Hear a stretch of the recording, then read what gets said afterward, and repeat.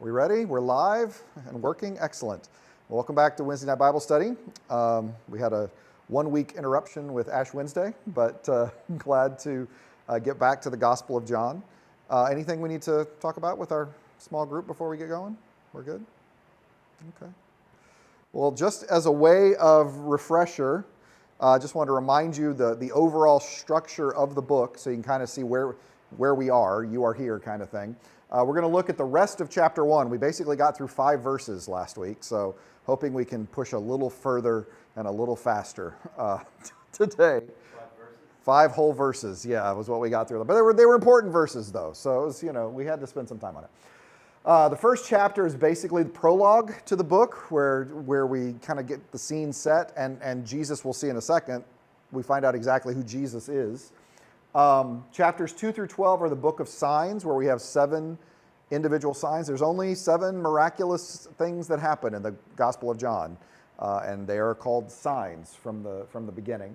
The first one we're going to look at in a little bit. The last one, of course, is the raising of Lazarus. The book of glory, from chapter 13 on, we're looking at the last 24 hours of Jesus' life there. From 13 to 20, and then the last chapter is often called an epilogue because it has a little bit, because chapter 20 looks like it could have ended the book, and then there's this extra chapter that feels like it's maybe a little bit of an addition that might have come a little bit later. Okay, so that's where we're going. So we're going to finish looking at chapter 1. In chapter 1, these are all the terms used for Jesus. Right, Jesus is pre-existent, right, in the beginning. And we have Jesus called the Logos, God, the only begotten Son, Lamb of God, Son of God, Messiah, King of Israel, and Son of Man. So everything that, all these ideas, some of which the other Gospels were sort of moving towards, like for example, in Mark, you don't get Jesus called the Son of God by a human being until the crucifixion. I mean, right at the end of the story. In John, all of that is out in the open from the very beginning. We know exactly who Jesus is from the start of this Gospel. It's kind of remembrance to me of there was a show on several years ago called Gallivant. It was a musical television show. Alan Menken did the music, and it was really good. Actually, I enjoyed it. If you like musicals, it was good. Set sort of a Middle Ages kind of time period, and you had this. What was amazing to me, the reason I bring this up, is because in the first 5 minutes, the opening song of the show. You have the guy and the girl fall in love. She is kidnapped by the evil king, and she is taken to marry the evil king, and the hero has to go and rescue her in the first 5 minutes, right? I mean, that's normally the plot for the season, right, of what happens. They meet, fall in love. But the first 5 minutes did the whole fairy tale that you normally get. So then you're like, well, now what are we going to deal with for the rest of the show? That kind of happens in John, right? That you have, this is who Jesus is. Well, now what are we going to talk about, right? We've covered all of who Jesus is. He's the Messiah. He's the Son of God. He's the only begotten. He's the Logos. He's pre-existent. What are we going to talk about in this? And so John obviously doing some very creative stuff as we get into this. But I wanted to kind of point out all these titles for Jesus as we get going. So, how are we doing? Anything I need to? I'm not going to be singing anything from Gallivant. It's good, though. It's a really good show. All right, let's pick up at verse 5. We only got to 5 verses last week. Didn't even get to 6. 5 verses. A man named John was sent from God. He came as a witness to testify concerning the light, so that through him everyone would believe in the light. He himself wasn't the light, but his mission was to testify concerning the light. Remember, I said whenever we looked at the Gospels that John the Baptist was such a towering figure in the first century that you have to deal with him. Every gospel has to talk about John the Baptist. His reputation was known across the Mediterranean. When Paul gets to Corinth, he meets somebody who was a follower of John the Baptist. So you have to, how does John the Baptist figure into the story? You have to deal with that. So every gospel does that. John is no exception in that regard, making the point that John is great, but he wasn't the one that was the light. Jesus was the light. The true light that shines on all people was coming into the world. The light was in the world, and the world came into being through the light, but the world didn't recognize the light. The light came to his own people, and his own people didn't welcome him. But those who did welcome him, those who believed in his name, he authorized to become God's children, born not from blood, nor from human desire or passion, but born from God. The Word became flesh and made his home among us. And we have seen his glory, glory like that of the Father's only Son, full of grace and truth. One of the most important verses in the New Testament in my mind. This notion of the divine becoming flesh, God becoming flesh and walking among us. Literally, that make his home tabernacle. It's the verbal form of the word to tent. So he literally camped, tented with us, tabernacled with us, made his home among us. So it is hard. There are a lot of really important verses in the New Testament. This is one of them. This one goes on the Mount Rushmore of important verses in the New Testament. Because the Word became flesh and dwelt among us. God decided to condescend to we poor humans and actually be a poor human, which is remarkable. Could talk more about that theologically, but what do you guys want us to talk about on that? Anything there that strikes you? On the importance of John the Baptist. Yes. When Jesus asked, "Who do people say I am?" Right. Some say you're John the Baptist. Right. So he must have been considered Right. way up there Yeah, just in that culture. Bob pointing out that John the Baptist was so pervasive in the mind of the people that when Jesus asked, "Who do you say that I am?" in the Synoptic Gospels, when he asked that question, they're, well, you know, some say John the Baptist. You're a big deal right off the top. So, other thoughts that you saw? Did you say something, Chuck? Or? I just said, make it as simple as possible.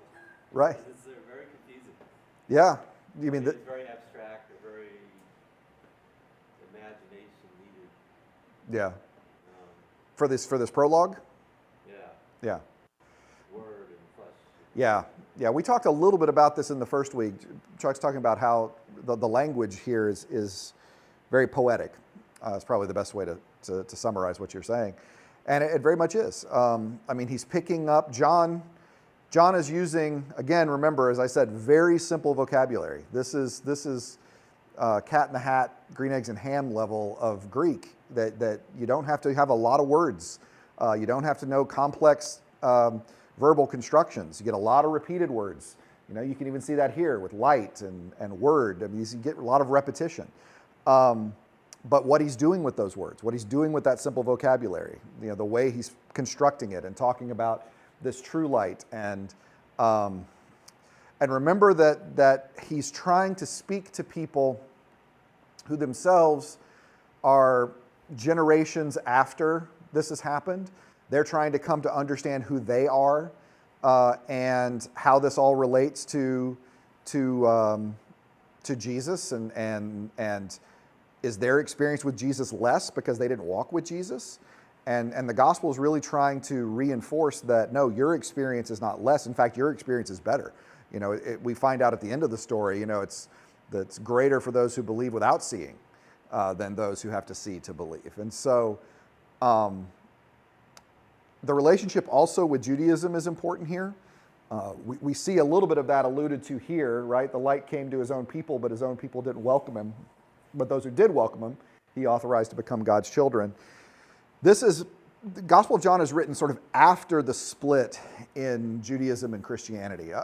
When Paul is writing, Christianity is pretty much just a sect of Judaism. You have Pharisees, you have Sadducees, you have Essenes, you have Christians. And so much so that when a group of leaders dragged Paul in front of the proconsul Gallio to make a ruling, because he keeps talking about Jesus as the Messiah, this Roman judge said, "Why are you dragging me into your religious disputes? Go solve this problem yourself. I don't know what this had nothing to do with us." And it really sort of gave Christianity a breather, because it basically said, "Oh, you're just another sect of Judaism. You're just like them." So there wasn't you couldn't create a new religion in Rome. That wasn't allowed.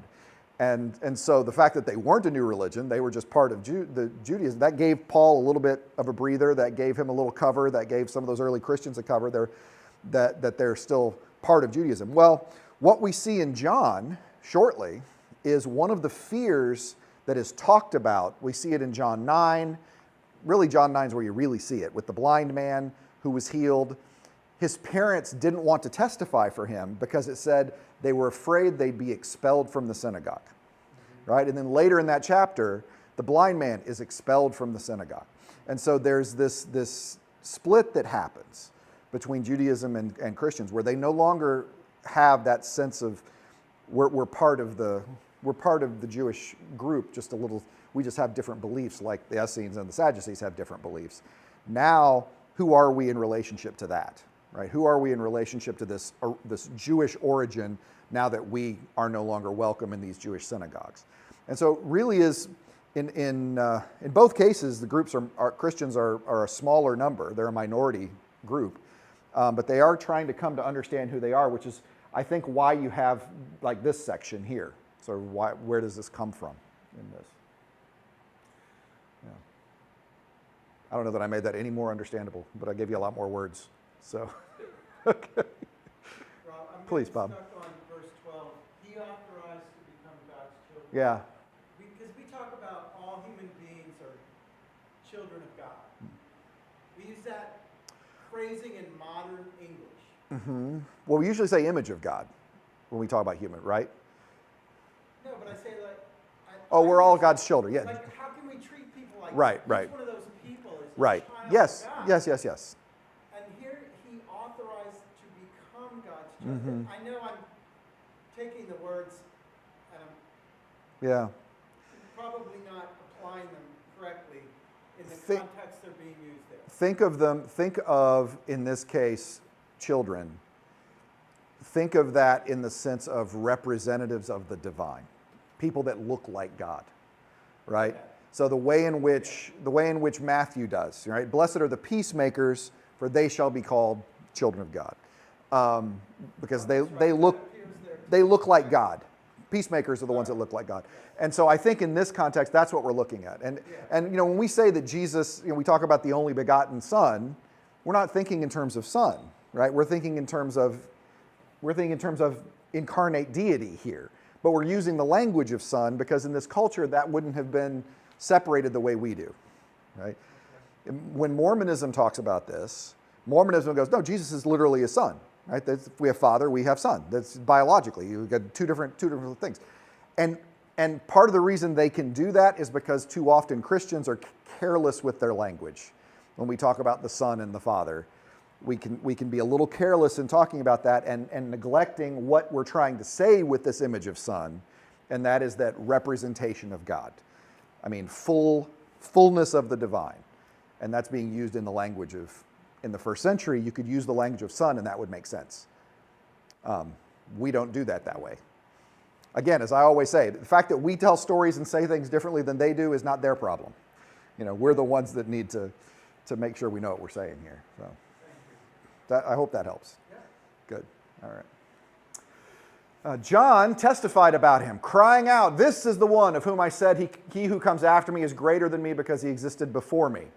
From his fullness we have all received grace upon grace. As the law was given through Moses, so grace and truth came into being through Jesus Christ. No one has ever seen God. God, the only Son, who is at the Father's side, has made God known. This is John's testimony when the Jewish leaders in Jerusalem sent priests and Levites to ask, 'Who are you?' John confessed," he didn't deny, but confessed, "I'm not the Christ." They asked him, "Then who are you? Are you Elijah?" He said, "I'm not." "Are you the prophet?" John answered, "No." They asked, "Who are you? We need to give an answer to those who sent us. What do you say about yourself?" John replied, "I'm the voice crying out in the wilderness, making the Lord's path straight, just as the prophet Isaiah said." Those sent by the Pharisees asked, "Why do you baptize if you aren't the Christ, nor Elijah, nor the prophet?" John said, "I baptize with water. Someone greater stands among you, whom you don't recognize. He comes after me, but I'm not worthy to untie his sandal straps." This encounter took place across the Jordan in Bethany, where John was baptizing. So let's talk about John there for a second. Any questions or problems or thoughts? Or Right. A little embarrassing. okay. I remember weren't Jesus and John cousins? We don't know their exact relationship. We know that Mary and Elizabeth are related. And so that would mean that Jesus and John are related. But that's coming in the synoptics. Daughter, it just strikes me right now as interesting. You made no comment about Yeah. acknowledgement or Mm-hmm. disavowal or anything. No. That there's, because I think he probably knew Jesus growing up. So I'm willing to speculate that. Yeah, it's It's possible. not an unreasonable expectation that, yeah, Mary and Elizabeth let John and Jesus play together, I'm sure. Yeah. That's not hard to imagine. Yeah. But there is another problem with this, though, and I mean, I'll say problem with this. There's another challenge that you can. I said John wants to do what he can. A couple weeks ago, I said John wants to do what he can to make sure people aren't missing the point, getting so hung up on the details they're missing the point, right? And so, one of the things that happens is that John baptizes Jesus. Well, this naturally would suggest that John's better than Jesus, right? I mean, John's in charge. Not here, right? The Synoptics, though. The Synoptics, you have John baptizing Jesus. And so you always have, John protesting in the Gospels, right? But still, John went ahead and did it. And that could suggest to some that, well, if John's doing the baptizing, John's the one in charge. And Jesus isn't. So maybe John is greater, right? So you do have the protest narratives in the Synoptics where John's like, I shouldn't do this. But one of the things you don't see in John, Jesus isn't baptized in John. I would have bet money Jesus was baptized in John. But he's not. We don't have that narrative here. We get he's the one that is coming, and you have all of this, but you don't have any baptismal story of Jesus in the Gospel of John. And I think part of the reason is we're fighting against that. We don't want to mislead people in thinking John's better than Jesus. I think that's one of the reasons you don't have that narrative there. You said Jesus is not baptized in John. Did you misspeak there? Jesus is not baptized in John. In the Gospel of John, That's not what I heard you say. Jesus is not baptized. And then you said, but I would have bet that it would have been there. Yeah, I would have bet it would have been there. I would have It was in the other three. It was in the other three, and when you read all this, here's John baptizing the Bethany, the one I'm not worthy to untie his sandals, all that language that we have in the Synoptics, we have that language here. But we do not have John baptized. No, but the Mandela effect is a heck of a thing, and I would have surely. I mean, I was an adult. I was doing podcasts when I said this to I really thought he was baptized in John. I just never thought that. From you. So okay. I would have 5 years. No, yes, 8 years I ago. would say, of course. Yeah, it's fascinating to me. John is asked, are you the prophet? He says no. Are you Elijah? He says no. Is that like, well, I'm not the prophet, you think I think so. He is a prophet. I think when they're saying, "Are you the prophet?" I think they are referring to the prophet that Moses talks about in Deuteronomy, the one who will come after me, who is greater than me, that we normally understand is fulfilled in Jesus. His denial is, no, I'm not that. I'm not that prophet. Yeah. I am a prophet. I'm not the prophet. Yeah, right. Yeah, please, Anna. Speak up for me.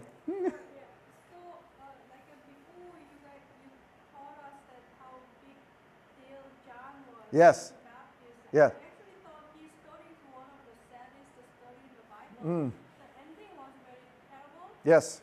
And we had it. And then throughout the time when Jesus gained popularity and power, and he was losing his disciples and Yes. everybody. That happens in just a second. Yeah. Yeah.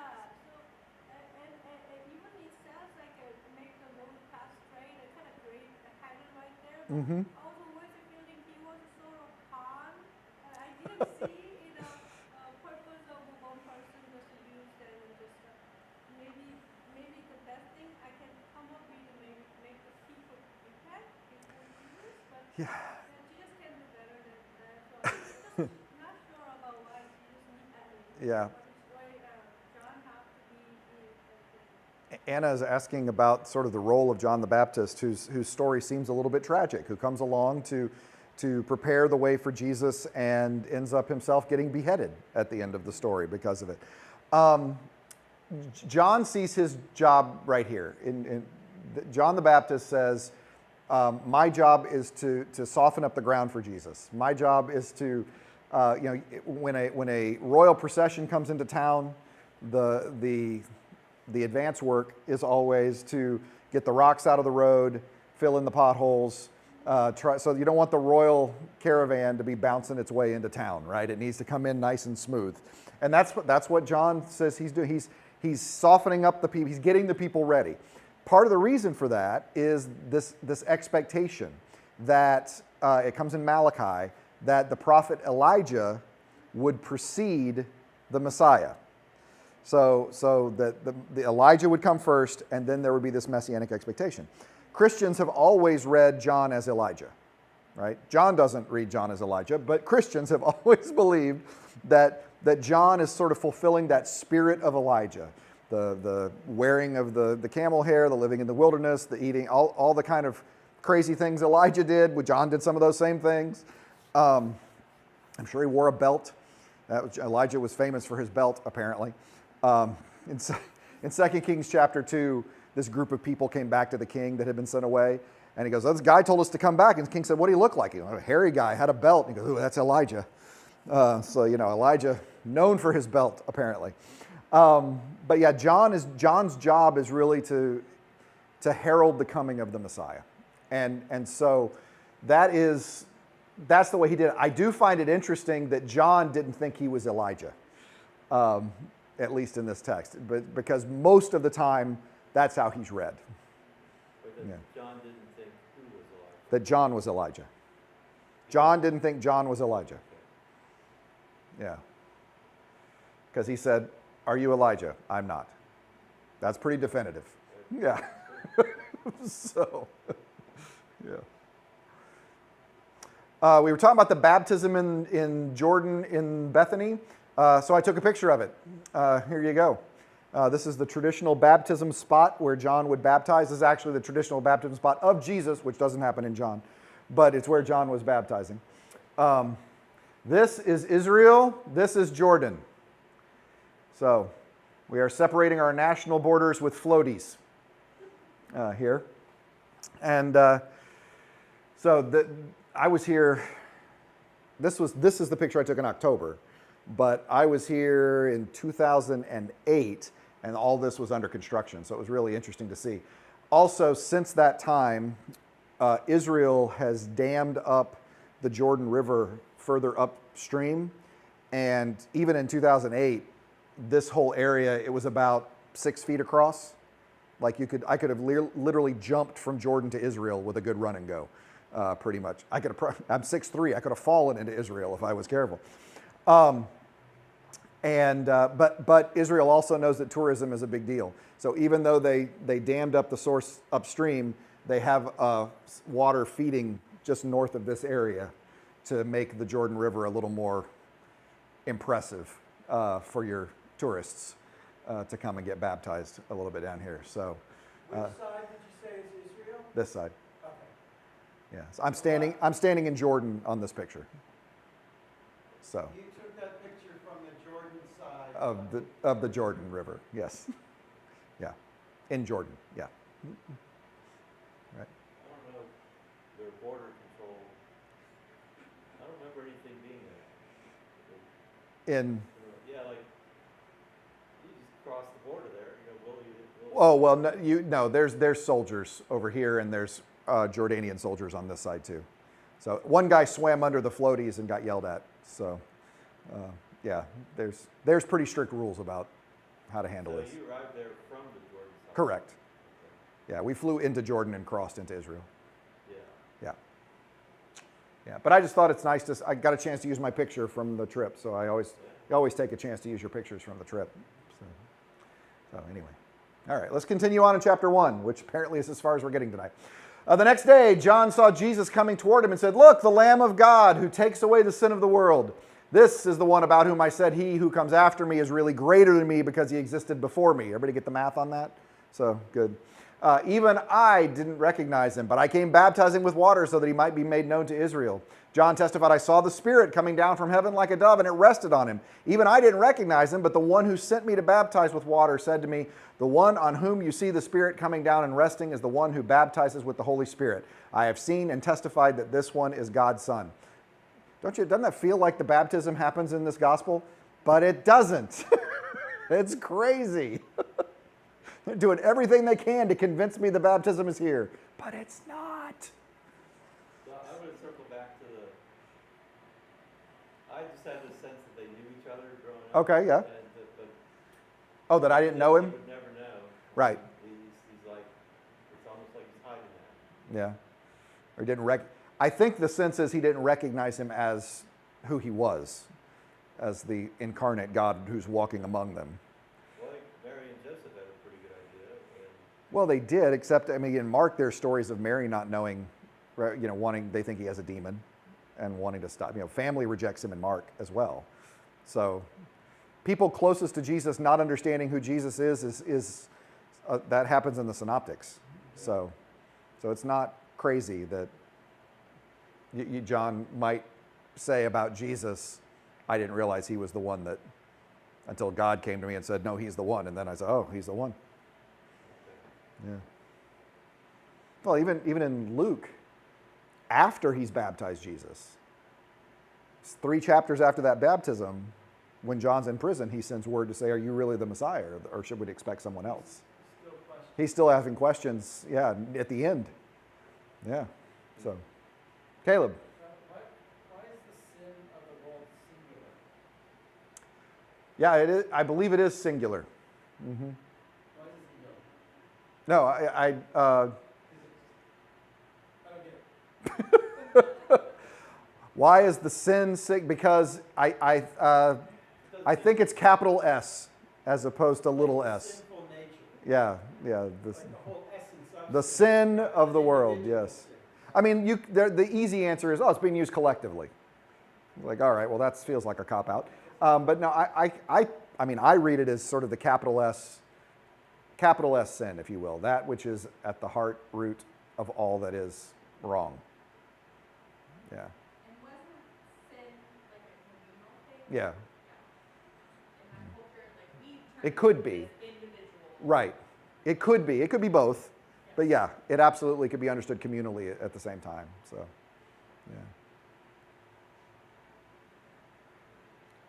yeah. I am almost positive it's singular in Greek as well, but I always want to caution, be very careful what the choices the translators make, because sometimes they will make choices. So, What you cite on that, he saw the spirit. he saw the Spirit descend on him like a dove. Yeah. Do you think it's something you can see, or just have Apparently. Apparently the Spirit is something you can see, like a dove. It looks like a dove, but it's not exactly a dove. It's like a dove. Yeah. Perfect. Now I understand. Thank you, John. Perfectly clear. Well, it was good enough for a lot of artists. That's to true. fit the That's right. Artists found great expression in this, absolutely. So the next day, John was standing again with 2 of his disciples when he saw Jesus walking along. Look, the Lamb of God. The 2 disciples heard what he said and they followed Jesus. This is crazy. I preached on this, right? But this is absolutely crazy. That here, these people who've committed themselves to John, they find the fullness of truth coming from John's preaching. This must be and John says, the Lamb of God. And it said, well, peace out. We're going with this guy now. I mean, that's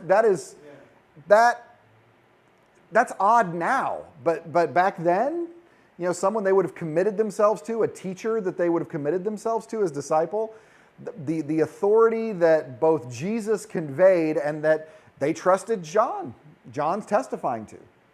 Also significant, we mentioned this before. Remember in John, you don't get the calling of the disciples. Just one disciple gets called in John. We'll see it in a minute.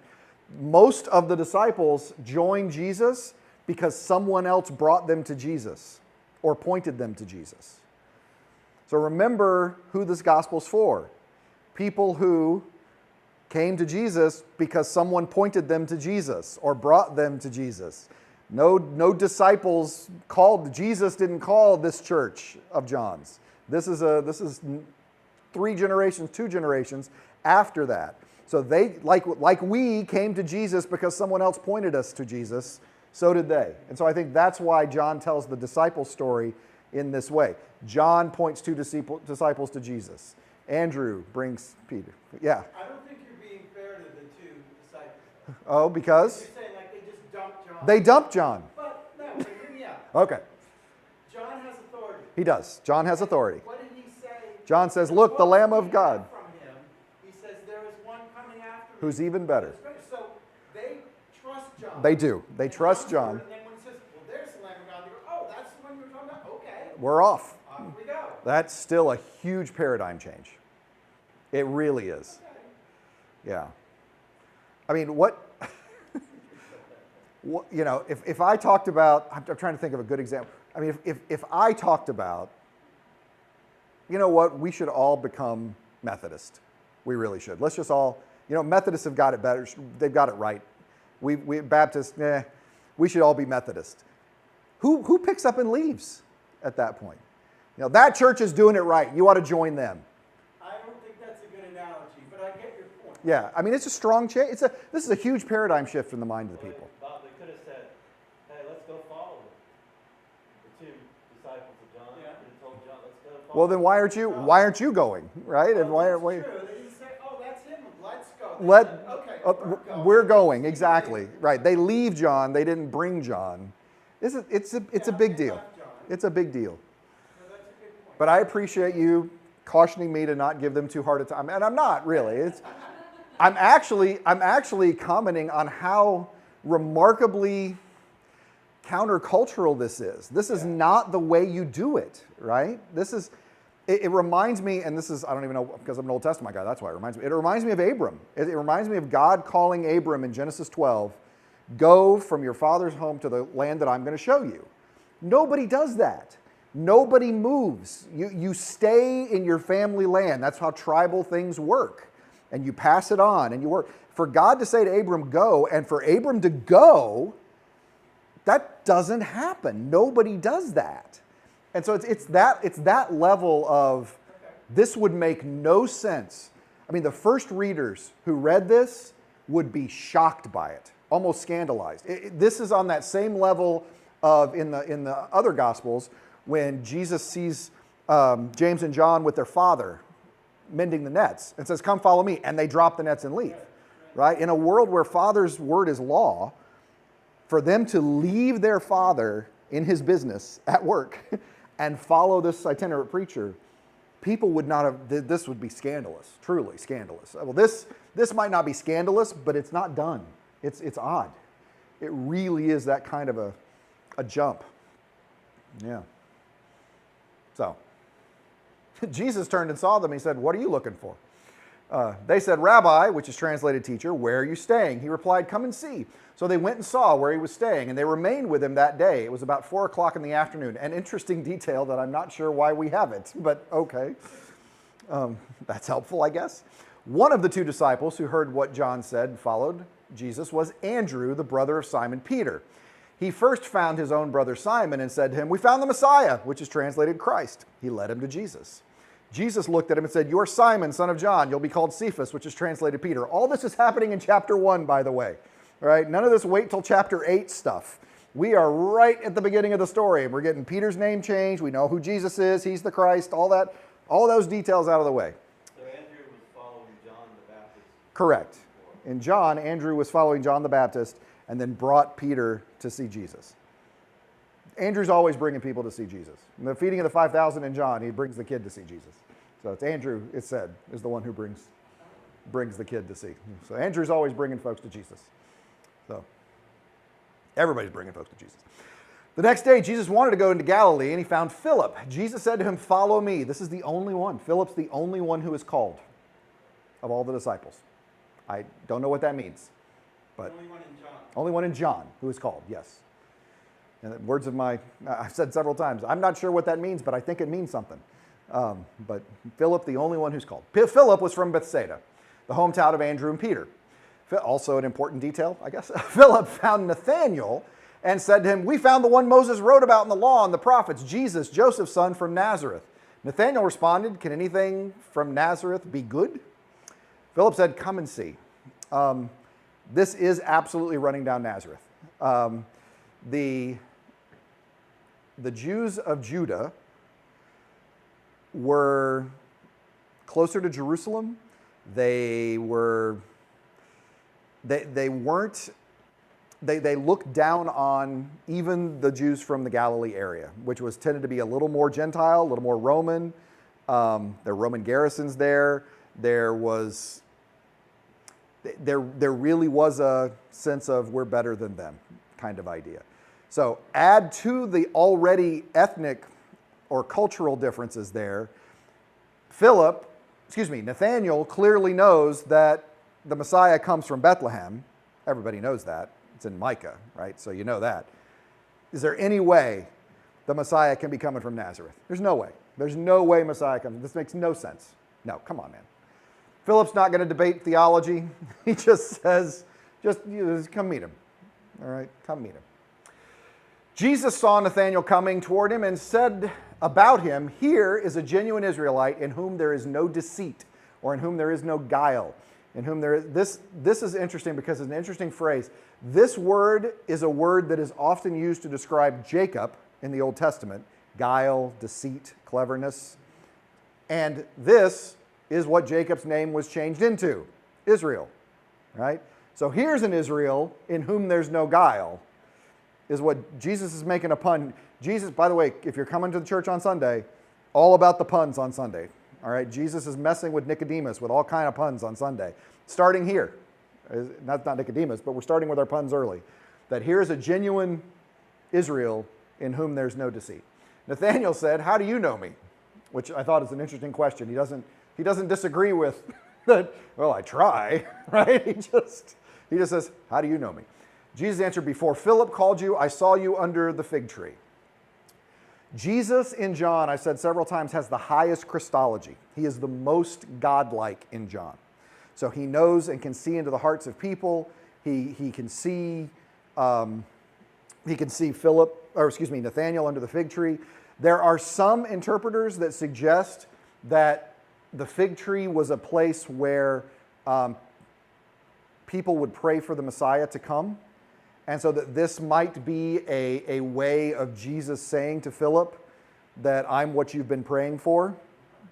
I've never seen a source on that made me comfortable enough to just rush right out with that interpretation.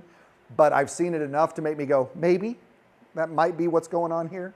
Whatever happens, however he says it, we get the confession from Nathanael, "Rabbi, you are God's son." So it's not Peter. It's not the Roman centurion. In John, it's Nathanael who gives us that confession. You are the Son of God. Which is fascinating to me. Go ahead. Again, this is not, I mean, they're still equals. Yes. He's not saying you're lower than. Correct. You're God. That's what he's saying. You are God. That's what he's saying. Yes. And he says you're the king of Israel, so we're getting Messiah here, right? But we're also getting deity. This is a confession of deity, not just a confession of connection or relationship or something, right? Jesus answered, "Do you believe because I told you I saw you under the fig tree? You'll see greater things than these. I assure you that you will see heaven open and God's angels going up to heaven and down to earth on the human one." Anyone know what Jesus is referring to here? Yes, Jacob's ladder. The dream Jacob has at Bethel when he lays his head on a stone and falls asleep and the heavens are open and he sees the angels ascending and descending on a sort of escalator, I think, better than a ladder because they're moving, and bridging heaven and earth, which was the purpose the ancestors were called to, right? To bridge heaven and earth, to bring this about. You will see the heaven open and the angels going up and down on the human one. So Jesus saying, I'm that bridge from heaven to earth. You're going to see this happen. So at the beginning, he uses this wonderful pun. Here's a true Jacob in whom there is no guile, a true Israel in whom there's no deceit, con artist, trickery. And then he closes this with another Jacob reference in talking about this, the dream of heaven moving on. So it would have been cooler, I think, if Nathanael's name was Jacob. I really feel like that would be cooler. But somehow this works for Jesus. So, yeah, this confession of God's Son that comes early in chapter 1, the mission of connecting heaven and earth here, all of this in chapter 1. At this rate, we'll be done with John by Christmas. Any thoughts or questions on that? All right, chapter 2. We're moving now. On the third day, there was a wedding in Cana. The third day of what? The third day of the week. Third day of the week? Is that what it was? The third day? Wednesday. That would be a Sunday, Monday, Tuesday. So on a Tuesday, we're having the wedding? Is that the plan? Third day, maybe? The third day, I mean, I could think of other things that happened on the third day that might be important. You know, Easter, After Nathaniel showed up. third day after Nathaniel showed up, which is apparently important to date things by. Nathaniel, that was a day, wasn't it, when we met Nathaniel? Whew, what a great day. 3 days later, no, it seems, it means something we don't know. Yeah, there are those suggesting that there might be some resurrection allusion here because we are getting the wine story and the bridegroom and the feast, the wedding feast of the Lamb, and there might be some allusions in there that might be happening. And there's I think there's something to that, just because you might remember in Mark in particular, when Jesus is baptized, when he ends up hanging out at Peter's house and he heals Peter's mother-in-law, it was the Sabbath, and then he goes out and he prays all night, and the disciples can't find him Sunday morning. If you do the math, you figure out that Sunday morning they can't find Jesus. That to me feels like a subtle resurrection story too, right? So I think it's possible that at the beginning of the Gospel of John, we have that same kind of maybe gentle allusion setting the stage. I don't know, maybe. Otherwise, it's just on the third day. We don't have, it's great when people give us the reference, right? But in the 5th year of King Jehoiakim's exile, great, cool, I know when that is. I can do that. The third day of, whatever. There's a wedding in Cana. Jesus' mother was there. Jesus and his disciples were also invited to the celebration. When the wine ran out, Jesus' mother said to him, "They don't have any wine." Jesus said, "Woman, what does that have to do with me? My time hasn't come." I wasn't supposed to bring the wine. No, that's not. This is the tough translation. It's only 4 words in Greek. Tis moi kai soi. That's what it says in Greek. And how do you translate? I mean, literally, what to me and also you. That's literally what the words mean. What to me and also you, or why to me and also you, something like that. So it's clearly an idiomatic expression because just knowing the words doesn't tell you the meaning. Anytime just knowing the words doesn't tell you the meaning, it's an idiom of some sort that we're getting to. There are those, and I kind of like this, is that what concerns me also concerns you. Or I get it. However, my time has not yet come. So a little gentler than, what are you asking me for? I wasn't supposed to bring the wine. I don't think that's the tone. I think the tone is, what concerns you also concerns me, but my time has not yet come. Yeah, I share your concern. I share your concern. They've Right. run out of wine. They've run out of wine. But What am I going to do? Because it's not my time, right? I think that's a better sense of it than Jesus getting a little snarky with his mom. I don't see that as the best reading of the text, okay? I usually don't want to hang up too much on translation, but I think this one's one that you kind of have to, there's some tone here. His mother, apparently didn't take offense, told the servants, do whatever he tells you. Nearby, there were 6 stone water jars used for Jewish cleansing ritual, each able to hold about 20 or 30 gallons. Jesus said to the servants, fill the jars with water, and they filled them to the brim. Then he told them, now draw some from them and take them to the head waiter, and they did. The head waiter tasted the water that had become wine. He didn't know where it came from, though the servants who'd drawn the water knew. The head waiter called the groom and said, everyone serves the good wine first. They bring out the second-rate wine only when the guests are drinking freely. You kept the good wine until now. This was the first miraculous sign that Jesus did in Cana. He revealed his glory, and his disciples believed in him. Yes? back to the previous statement. Yes? Where you said it's 4 words of so the word woman wasn't there? Yeah. And that was added, or were you saying the word woman was there? Woman is there, but that could easily be, there are other places where that's a term of endearment. It's not a, Yeah, I noticed that, 'cause he said that to his mom again when he was on the cross, right? right. Woman, behold your son. Yeah, it's not an insult. No, this is not an insult. This would be a term, some sort of term of endearment, I think, that is being looked at there. Yeah. Yeah, my mother would not like that very much either. So, woman? No, that's not gonna, there's no way to do that nice. Some things don't translate, right? That's, yeah. But I do think it's interesting that Jesus, this was his first miraculous sign. He revealed his glory. To whom? A couple of servants and the disciples. Really not a big group here that gets it, right? The disciples believed in him. The servants, I guess, saw it happen, thought that was cool. But I do find it that he revealed his glory to these 6 people and the disciples. That was it. Yes, Chuck? So we have disciples already. Yes, from the previous chapter. Yeah, remember? Nathaniel, Philip, Andrew, Peter, The guys that did and that dude from John who has no name. No, it seems like, well, I guess this is how his glory was revealed. Even though he had the baptism experience and there were witnesses there. There was no baptism experience in John. There was a dove somewhere. There was a dove. At some point, the Spirit came down on Jesus like a dove, and John the Baptist saw it, but that's all we know there. He revealed his glory. Here's the other thing in John. There's no transfiguration in John. Jesus' glory is revealed on the cross in John. The cross is glorification. So here, we're getting a pre-taste of that. Does this show up in other, That he revealed his glory? no, the head waiter? No. This is only in John. Now, everybody talks about this being the first miracle of Jesus. Well, I mean, it is in the sense that it's the first miracle. What I'm looking at is, he just revealed himself. Yeah. But he already had disciples. He did. So really, he was revealed before he got here. Oh, so you're saying that they already, I mean, Nathaniel's already confessed him as God's son, and so what's he revealing here? It's not a new revelation. Well, remember that in John, we don't have the word miracle. They're all signs, right? And signs are things which confirm a prophet's word.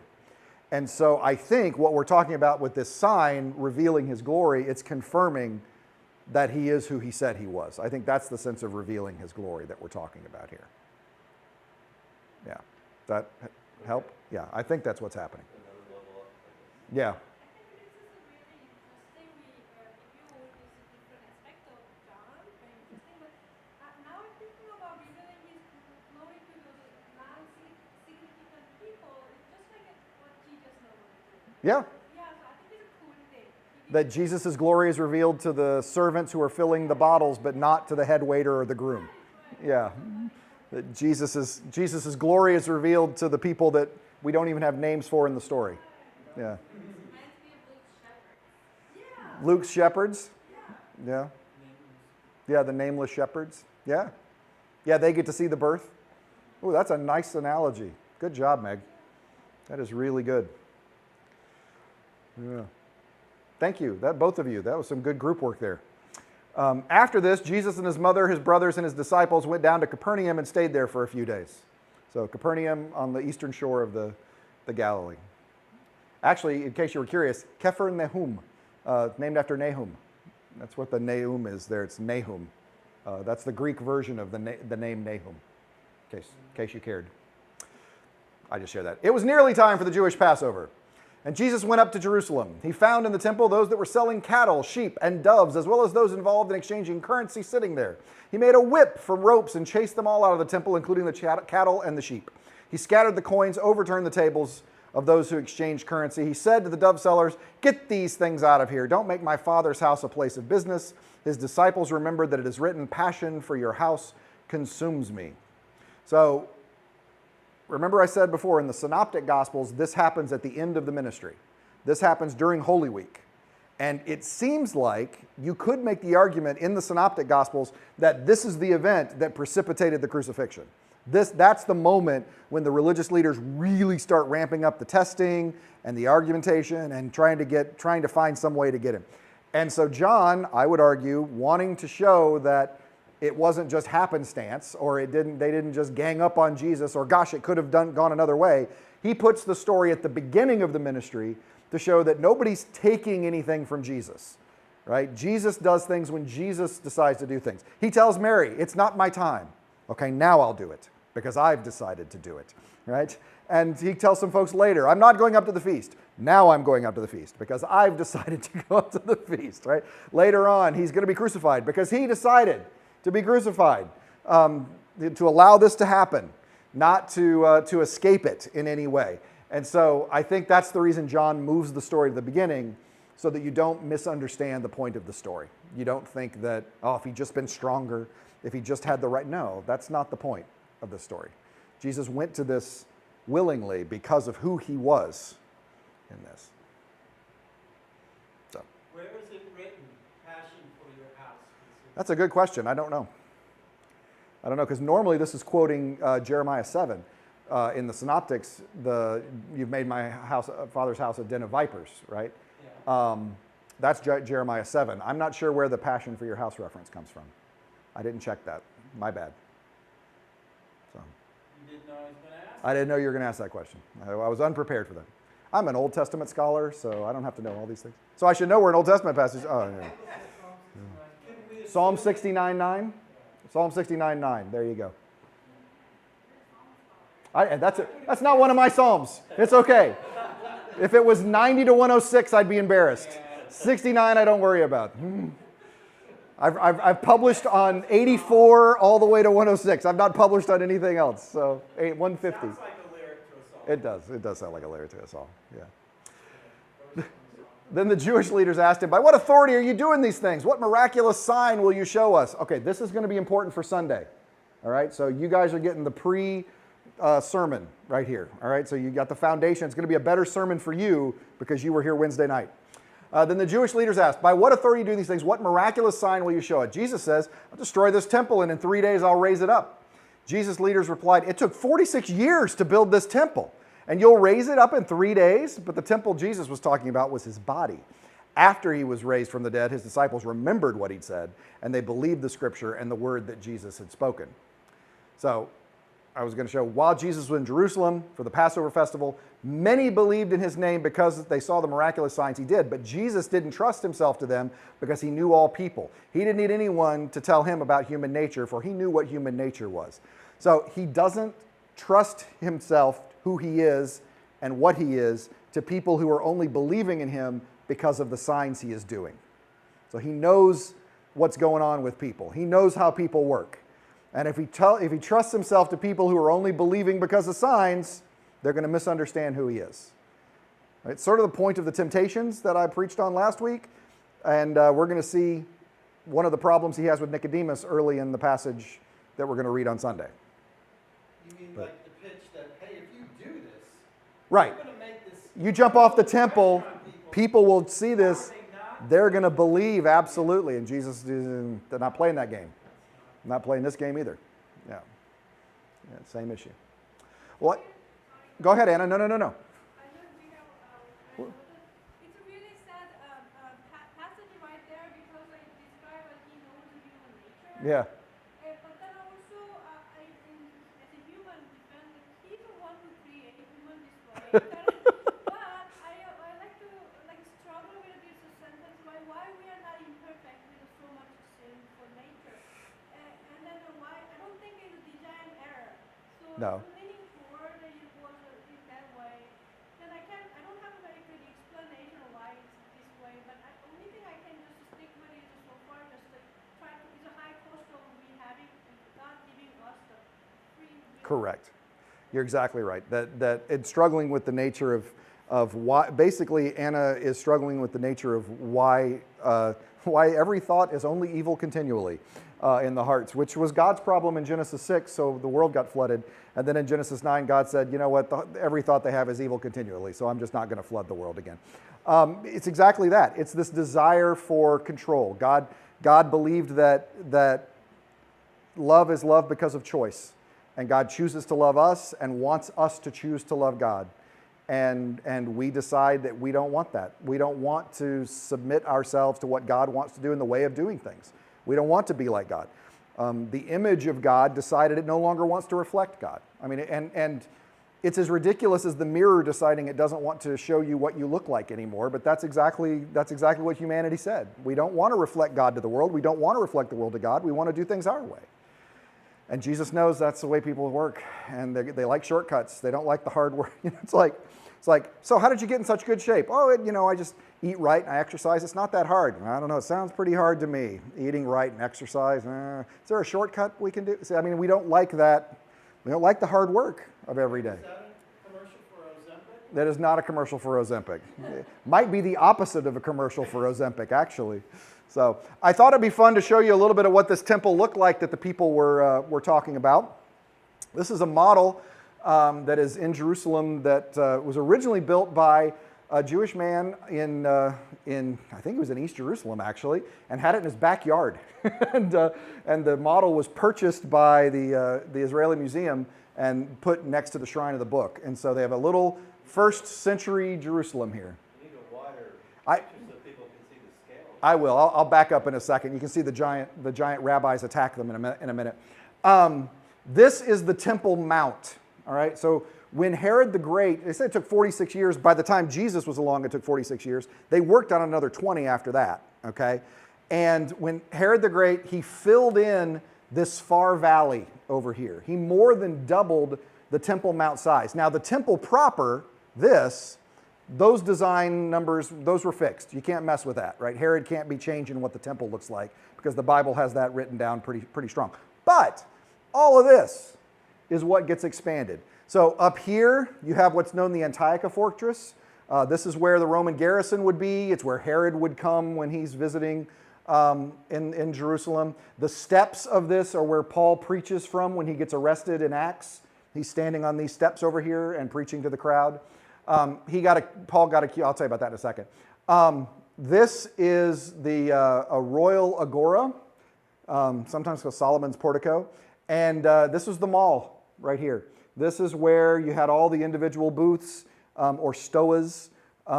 It's where the Stoic philosophers get their name. They were teaching in the stoas in the agora.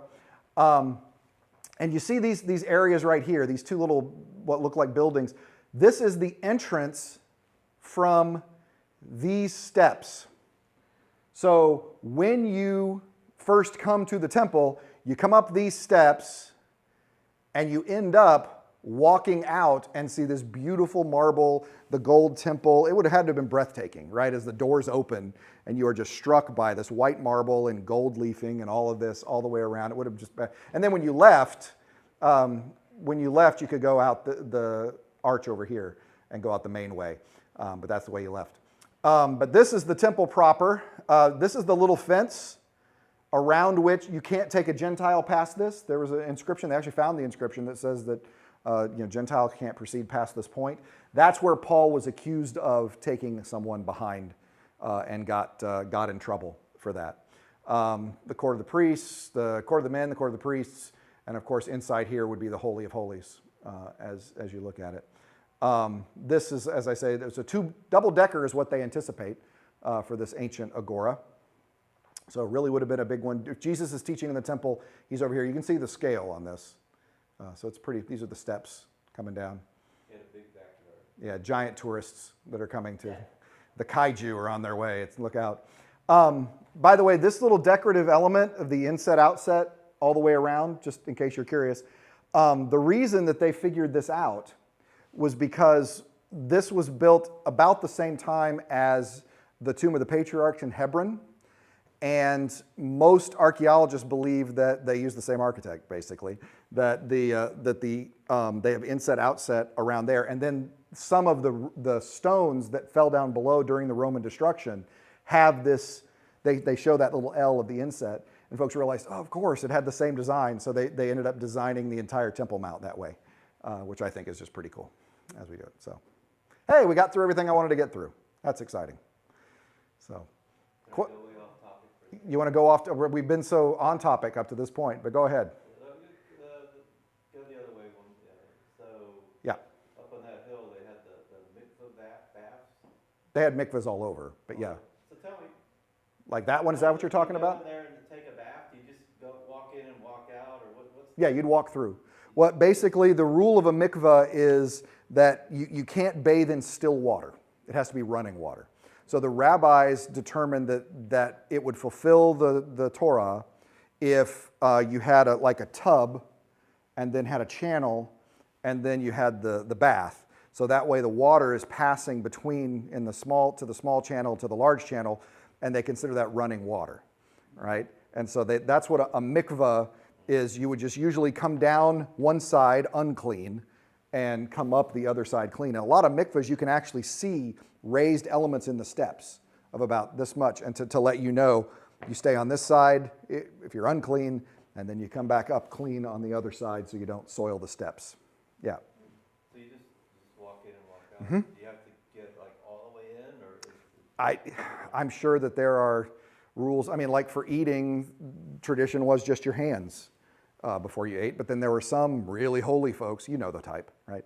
They want to do their whole body before they eat, you know? So, Men only, or yeah, it's going to be all men. was it, I guess only men got the temple, right? No. Women could be women could be in the outside area. Women couldn't go past the. Yeah, I didn't mean temple, I guess, the plaza. The plaza, women could go in the plaza, yeah. The Temple Mount. No one went in the temple, really. Nobody went in the temple. Yeah, the high priest went in the temple. Yeah. Yep. I'm sorry, so the woman didn't do the, did you say? They did. I mean, they could, but it would depend on the order, right? I mean, like Essene, they were supposed to be men only, and so yeah, women would ceremonially wash as well, because they had to become clean after childbirth. You were rendered unclean 40 days if you had a boy and 80 days if you had a girl. I don't make the rules. Okay, that's just what it is. It's 2 weeks and 66 days for a girl and 1 week and 33 days for a boy. That's why February 2nd is 40 days after December 25th, because February 2nd, Groundhog's Day, is Candlemas. It's the presentation of Jesus in the temple when Mary comes for her rites of purification. That's how that happens. That, by the way, that's the pools of Bethesda, or Bethsaida. That's where the lame man was sitting in John chapter 5. So, but anyway, it's a cool model, but I thought I'd show the pictures of it. So, all right. Any other questions before we go? It's 7 o'clock. I don't want to keep the handbells. All right. Well, thank you so much.